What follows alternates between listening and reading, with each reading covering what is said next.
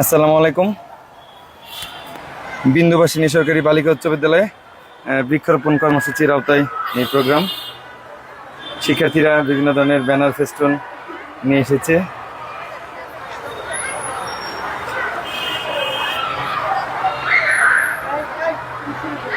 বৃক্ষরোপণ কর্মসূচি উপলক্ষে বিদ্যালয়ে ফলদ, বনজ এবং ঔষধি বৃক্ষ লাগানো হয়েছে। আশা করি বৃক্ষগুলোর যত্ন নেওয়া হবে এবং একসময় বেড়ে উঠবে। এই সবুজে ভরে উঠবে এই ক্যাম্পাস বিন্দুবাসিনী সরকারি বালিকা উচ্চ বিদ্যালয়। শিক্ষার্থীরা নানা ধরনের ব্যানার নিয়ে এসেছে।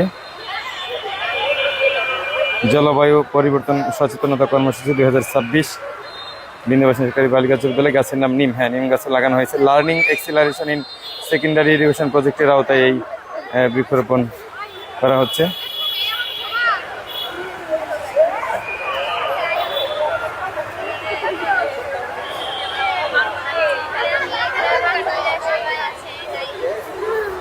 আমাদের মাঝে আজকে